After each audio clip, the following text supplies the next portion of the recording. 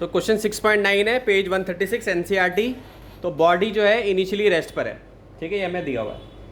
ये one dimensional motion में सीधे ऐसे मूव कर रही है यहाँ से यहाँ तक, ठीक, और कांस्टेंट एक्सेलरेशन से मूव कर रही है, कांस्टेंट एक्सेलरेशन, ये भी दिया है। तो कह रहा है कि जो पावर डिलीवर्ड है उसकी वैल्यू क्या होगी, ठीक। सर तो हमें पता है 25 पे है क्या कह रहे हो, सर। एग्जांपल 6 इनिशियली रेस्ट पर है और फोर्स इक्वल टू, हमें पावर बताना है। फोर्स इक्वल टू क्या होता है, मास इंटू एक्सेलरेशन। तो एक्सेलरेशन क्या होता है बच्चों, force upon mass. V equal to U plus A T लिख सकते हैं भाई, रेस्ट से स्टार्ट हुआ था तो यू जीरो हो जाएगा, ठीक है। एक्सेलरेशन यहाँ पे क्या ले सकता हूँ मैं, फोर्स अपॉन मास, और क्या ले सकता हूँ टी, वी इक्वल टू ये हो जाएगा एफ अपॉन एम, और टी। पावर क्या होता है, force into velocity.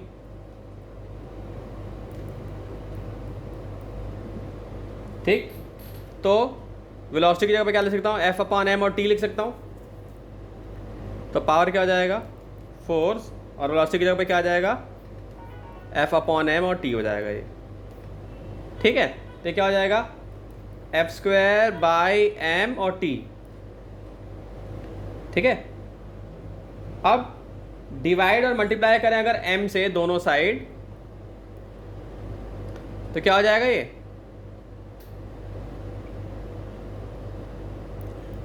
F square upon M square M into T. तो ये क्या हो जाएगा, एक्सेलरेशन का स्क्वायर हो जाएगा, एम हो जाएगा, टी आ जाएगा। तो एक्सेलरेशन का एक्सप्रेशन भी हमारे पास आ गया। तो इससे क्या पता चला कि पावर जो है डायरेक्टली प्रोपोर्शनल किसके है, टाइम के, ठीक है। तो बेस्ट आंसर क्या हो जाएगा इसका, बी इसका बेस्ट आंसर हो जाएगा। आंसर क्या होगा, बी इसका बेस्ट आंसर हो जाएगा। तो एग्जाम्पल 6.9 है, पेज नंबर 124, सॉल्व एग्जाम्पल है एनसीईआरटी का ये। तो हमें इसमें बताना है कि मैक्सिमम कंप्रेशन कितना होगा। ये हमने डायग्राम, फ्री बॉडी डायग्राम बना लिया है। नॉर्मल डायरेक्शन ऊपर लग रही है, एमजी नीचे लग रही है, म्यू एमजी इस तरफ लग रही है, ठीक। तो इस क्वेश्चन में, क्योंकि ये क्वेश्चन एग्जाम्पल 6.8 से कनेक्टेड है, तो 6.8 पहले आपको आना चाहिए।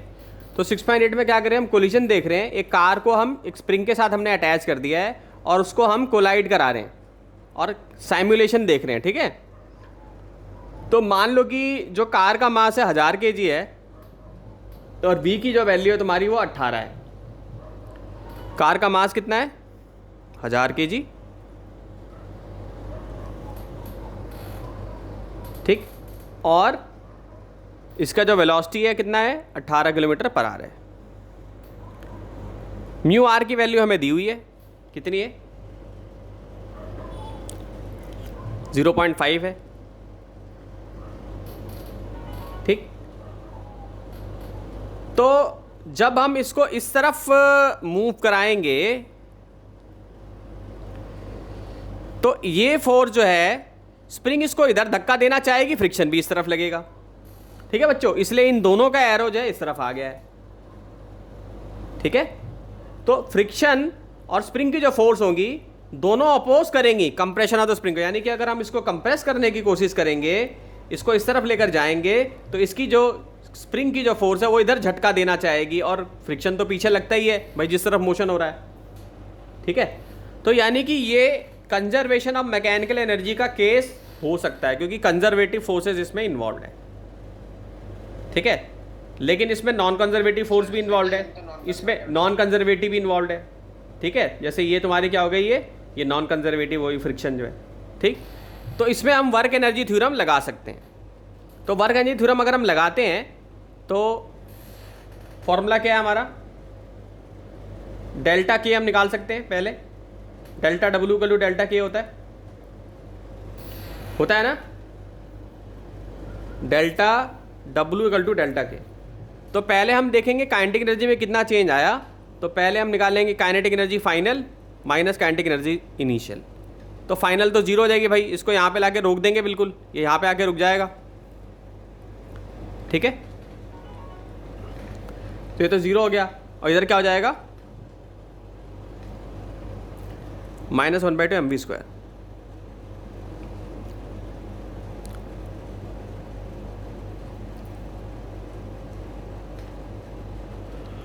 ठीक है।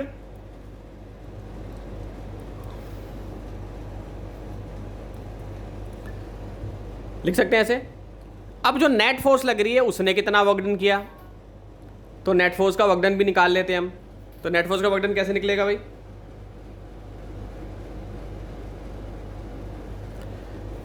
W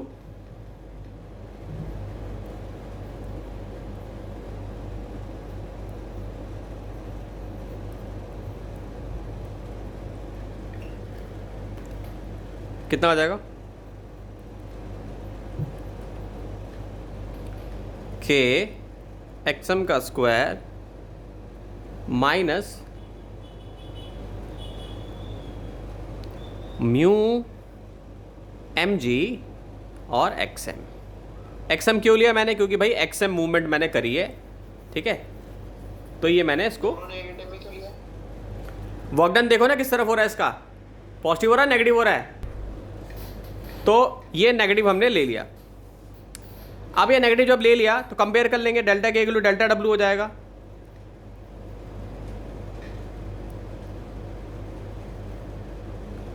तो क्या आ जाएगा,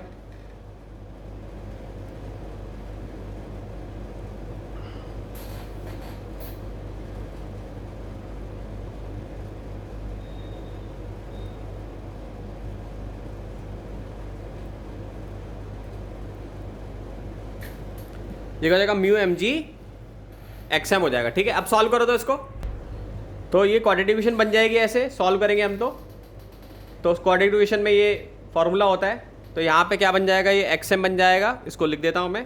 B की जगह पे क्या लिखूँगा, माइनस म्यू mg, ठीक है, minus mu mg plus mu mg का स्क्वायर हो जाएगा ये,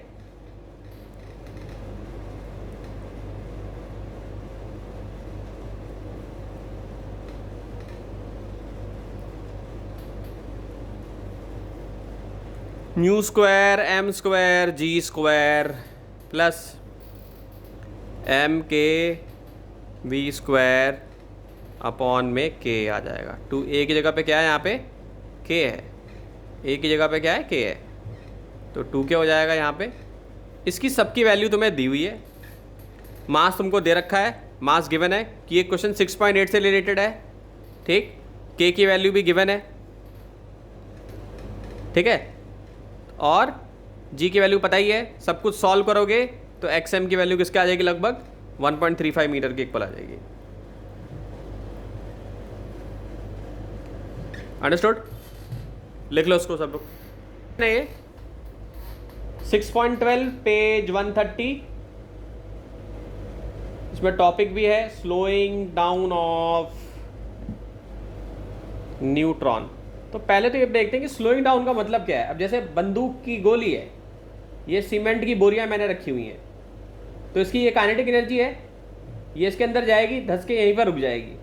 और अगर मान लो हमने कोई स्लैब लिया है तो स्लैब को क्रॉस करके निकल सकती है ज़रा, तो यहाँ पे हमने क्या किया, इसकी काइनेटिक एनर्जी को बहुत हद तक रिड्यूस कर दिया, इसके मोमेंटम को हमने डिक्रीज कर दिया। तो हमें यही काम करना होता है न्यूक्लियर रिएक्टर में भी, इसको स्लो करना जरूरी है। यानी कि न्यूट्रॉन को, जो क्वेश्चन में दिया हुआ है, न्यूट्रॉन को स्लो करना बहुत जरूरी है, क्योंकि अगर हम इस न्यूट्रॉन को स्लो कर देंगे तो ये आइसोटोप के साथ इंटरैक्ट करेगा, इसके चांसेस बढ़ जाएंगे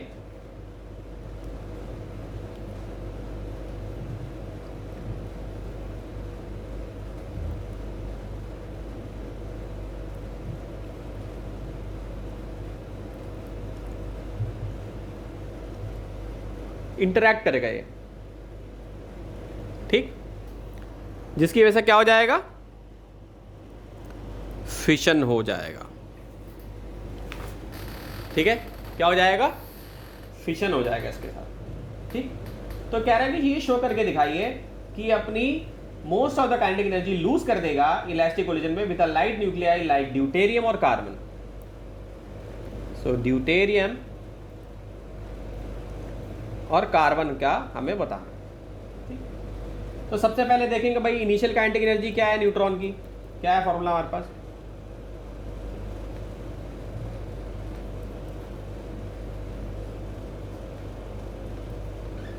ठीक है। फाइनल काइनेटिक एनर्जी क्या हो जाएगी, तो डेरिवेशन मैंने समझाई है तुम लोगों को, उस हिसाब से क्या आ जाएगा, m1 माइनस m2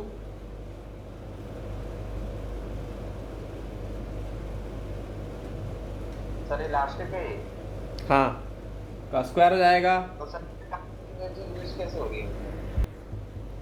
अब क्या करो, काइनेटिक एनर्जी क्या होती है? फ्रैक्शन मतलब कितनी काइनेटिक एनर्जी का लॉस हो गया। मतलब जैसे मान लो यहाँ पे 100% थी और यहाँ पे क्या हुआ कि रुक गई है, तो 80% का लॉस हो गया यहाँ पे जैसी टकराई है। ठीक है, तो यही बोल रहा है फ्रैक्शनल काइनेटिक एनर्जी का लॉस कितना होगा, तो हम डिवाइड कर देंगे। सो फ्रैक्शनल काइनेटिक एनर्जी कितना आ जाएगा भाई,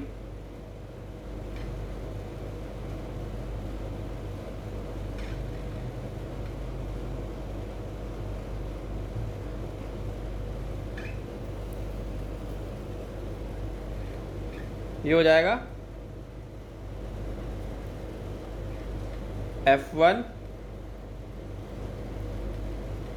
इसको डिवाइड कर रहे हो?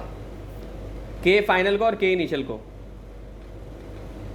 तो इसको डिवाइड करो अपने रजिस्टर में, ये आएगा फाइनल एक्सप्रेशन। देखो करके देखो, m1 minus m2 upon m1 plus m2 का होल स्क्वायर। ठीक है, करके देखो जरा रजिस्टर में कितना फ्रैक्शन काइनेटिक एनर्जी गेन किया, जिससे टकराया उसने कितना गेन किया। जैसा मान लो कि ये एक था और ये एक बॉडी थी, ठीक है, अब ये इससे टकराया तो ये कुछ गेन करेगा काइनेटिक एनर्जी, ये अपनी काइनेटिक एनर्जी इसमें ट्रांसफर कर देगा बी में। ठीक है, तो F2 क्या हो जाएगा 1 माइनस F1। ठीक है, और F1 की वैल्यू तुम लोग के पास है, ये है कितना है ये,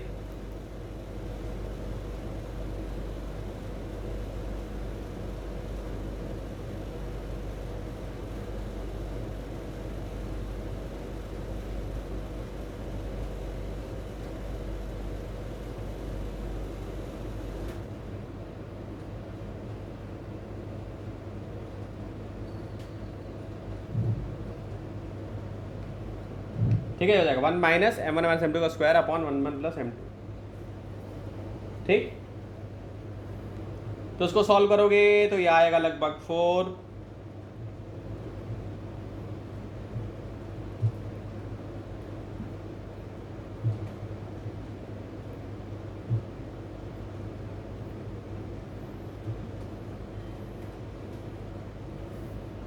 ठीक, तो ड्यूटेरियम का मास कितना होता है, M2 और इसका कंपैरिजन हमें दे रखा है 2m1 हो जाएगा फॉर ड्यूटेरियम।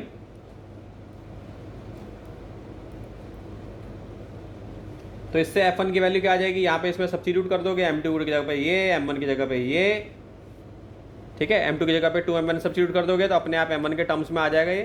तो F2 की वैल्यू यहाँ पे सॉल्व करके कितनी आएगी 1/9 आ जाएगी, सॉरी F1 की वैल्यू आएगी, ये तो F2 की वैल्यू नहीं, F2 की वैल्यू आएगी 8/9 इसको सॉल्व करने पे। एक सेकंड, मैंने थोड़ा यहाँ पे M1 लिखना था ना बेटा, ये F2 ही है, यहाँ से एक्सप्रेशन आया। ठीक है, तो F2 की वैल्यू 8/9 आएगी। F1 का तो एक्सप्रेशन जो हमने पहले लिखा है वो यूज़ करना है हमें, तो उसमें क्या लिखेंगे F1 में हम m1 minus m2 upon m1 plus m2 का होल स्क्वायर। ठीक, तो इस केस में m2 की वैल्यू फिर से यहाँ पे डाल दोगे तो F1 की जो वैल्यू आएगी वो आएगी तुम्हारी 1/9। ठीक, तो इसका मतलब है कि पहला वाला जो केस हुआ 90% न्यूट्रॉन ने अपनी एनर्जी को ट्रांसफर कर दिया, यानी F1 में कितना आया तुम्हारा, कितना आएगा इसका परसेंटेज निकालोगे तो कितना आएगा, 1/9 का मतलब कितना है, तो 1/9 का मतलब है कुछ लगभग 71.6%, और F2 की वैल्यू कितनी आ जाएगी तुम्हारी इसमें 28 इसका लगभग आ जाएगा तुम्हारा 28.4%। तो मतलब 90% न्यूट्रॉन ने अपनी एनर्जी को ट्रांसफ़र कर दिया है इस केस में। ठीक है, क्लियर है। पहले एक बात ध्यान से समझ लो क्वेश्चन को। क्वेश्चन जो है वो इलास्टिक कोलिजन इन 2D का केस है। क्या खेल रहे हैं, बिलियर्ड बॉल खेल रहे हैं। बिलियर्ड होती है ना बॉल, जो बॉल से बॉल टकराते हैं, हम ऐसे करके टकरा देते हैं बॉल से बॉल को। ठीक, बॉल से बॉल को टकराते हैं। तो इसमें मैंने पूरी डेरिवेशन कराई हुई है, पुरानी अगर तुम देखो, अपने नोट्स देखो या वीडियो देखो, तो उसमें मैंने पूरी डेरिवेशन कराई है। तो इसमें मोमेंटम कंजर्व रहता है ना। ये रेस्ट पर था, ये वाली बॉल रेस्ट पर है, तो इसको ये लिख सकता हूँ मैं V1I V1F प्लस V2F, ठीक है, V1I V1F V2F, क्योंकि ये रेस्ट पे था तो इसका 0 हो जाएगा। समझ गए बच्चों? तो ये एक्चुअली में क्या है, M1 V1 initial plus M2 V2 मास का मास जो है वो मैंने इसलिए नहीं लिया, बताता हूँ कैसे क्यों नहीं लिया मैंने मास। तो M2 हो गया, V2 हो गया तुम्हारा, ठीक, और इनिशियल हो गया, इधर क्या हो जाएगा, M1 हो जाएगा और V1 फाइनल हो जाएगा और M2 हो जाएगा और V2 फाइनल हो जाएगा। क्वेश्चन में बोला हुआ है कि मास सेम है, इसलिए मैं तुम्हें स्टेप समझा रहा हूँ। ये डायरेक्ट ऐसे लिख दिया हमने, ये रेस्ट में था तो ये 0 हो जाएगा। वाला भी था ना वो V1 V2 equal to U1 U2 वाला। हाँ हाँ, तो वही बोल रहा हूँ ना मैं, डेरिवेशन जो कराई थी वो थी, लेकिन ये एनसीईआरटी के हिसाब से बताना है ना। तो ये आ गया हमारे इक्वेशन का, मोमेंटम कंजर्वेशन लगा दिया हमने, ये मोमेंटम कंजर्वेशन लगा दिया, ठीक है। हमें θ1 की वैल्यू बतानी है, ठीक है, समझ गए? तो इसको या तो ऐसे लिख लो या ऐसे भी तो लिख सकते हो उसको। V1I का अगर स्क्वायर कर दूं, स्क्वायरिंग बोथ साइड कर दूं, तो ऐसे भी तो लिख सकता हूं इसको। बताओ, V2F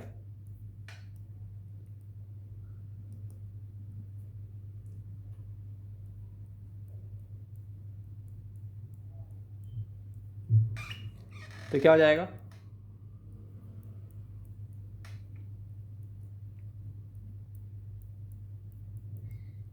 सर ये आप एक्स एक्सेस में निकाल रहे हो, वाई एक्सेस में, मतलब cos थीटा लगाए भाई, क्या क्या कर रहे हो सर? कॉस थीटा और साइन थीटा में जो इक्वेशन हमारी बनी थी, कॉस थीटा साइन थीटा बनी थी ना पहले, अभी V1 वाली भी नॉर्मल हमने लगाई है, हमने ये माना है सीधी सीधी मूव कर रही है, ठीक है। इसमें बोला हुआ है कि बॉल जो है मतलब सीधे सीधे एंगल पे मूव कर रहा है, यानी ऐसे ही मूव कर रहा है XY प्लेन में जो है, ठीक। अभी कॉस थीटा साइन थीटा नहीं लगवाया मैंने, अभी सिंपल ये मोमेंटम कंजर्वेशन लगा दिया है कि ये बॉल दूसरी टकराई है, ऐसे मूव करके गई है, हवा में नहीं मूव कर रही, ये प्लेन में, एक ही प्लेन में मूव कर रही है, ठीक है। सो ये V1F का स्क्वायर हो गया, फिर ये क्या हो जाएगा, V2F का स्क्वायर हो गया plus 2V1 VNF dot V2F। हमने A plus B whole square की आइडेंटिटी इसमें लगा दी, ठीक। और अभी जो है, अब मैं इसमें ये अभी जनरल जो मैंने इक्वेशन लगाई है, तो अब मैं थीटा को भी देखूंगा, अभी ये थीटा को भी देखूंगा मैं ऐसे, ठीक। तो इसमें कहा गया है कि θ2 की वैल्यू जो होगी वो 37 डिग्री होगी, ठीक। θ2 की जो वैल्यू होगी वो 37 डिग्री होगी। तो इसी इक्वेशन को जो मैंने अभी जनरल टर्म में बताया, अगर मैं cos थीटा के टर्म्स में देखूंगा, ये भी डेरिवेशन में करवा चुका हूं पहले, है ना। तो यहां पे θ1 हो जाएगा, ठीक, और यहां पे 37 डिग्री हो जाएगा तुम्हारा, एक θ1 हो जाएगा, एक 37 डिग्री हो जाएगा। तो इसी सेम इक्वेशन को मैं ऐसे भी लिख सकता हूं, V1F का स्क्वायर प्लस V2F का स्क्वायर। अगर मैं रिजल्टेंट देखूंगा तो 2AB cos थीटा होता है ना भाई, क्या होता था, R का फॉर्मूला क्या होता था,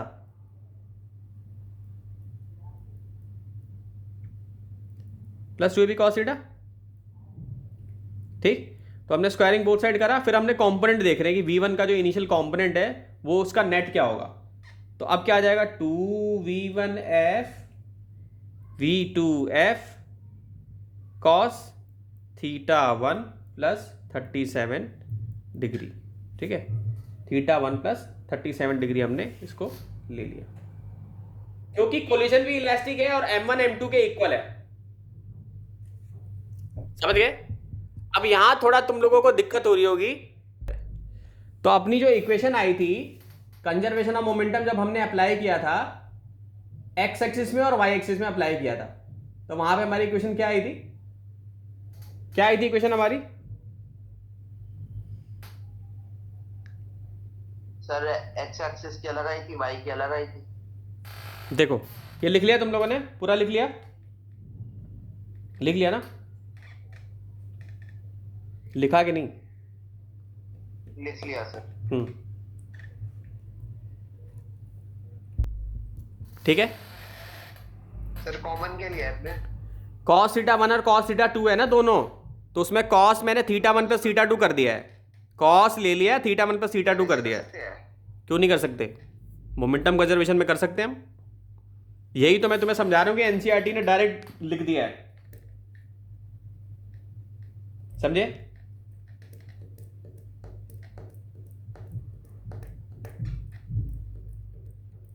आया कि नहीं आया समझ में? फिर दूसरा तरीका भी बताता हूं भाई क्यों नहीं हो रहा ऐसा।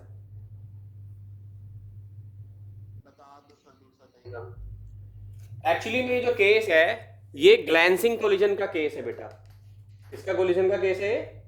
ग्लैंसिंग कोलिजन का केस है। तो ग्लैंसिंग कोलिजन में क्या होता था बताओ, मैंने डेरिवेशन कराई थी इसकी, ग्लैंसिंग कोलिजन भी कराया था मैंने। उसमें ए की वैल्यू थीटा 1 की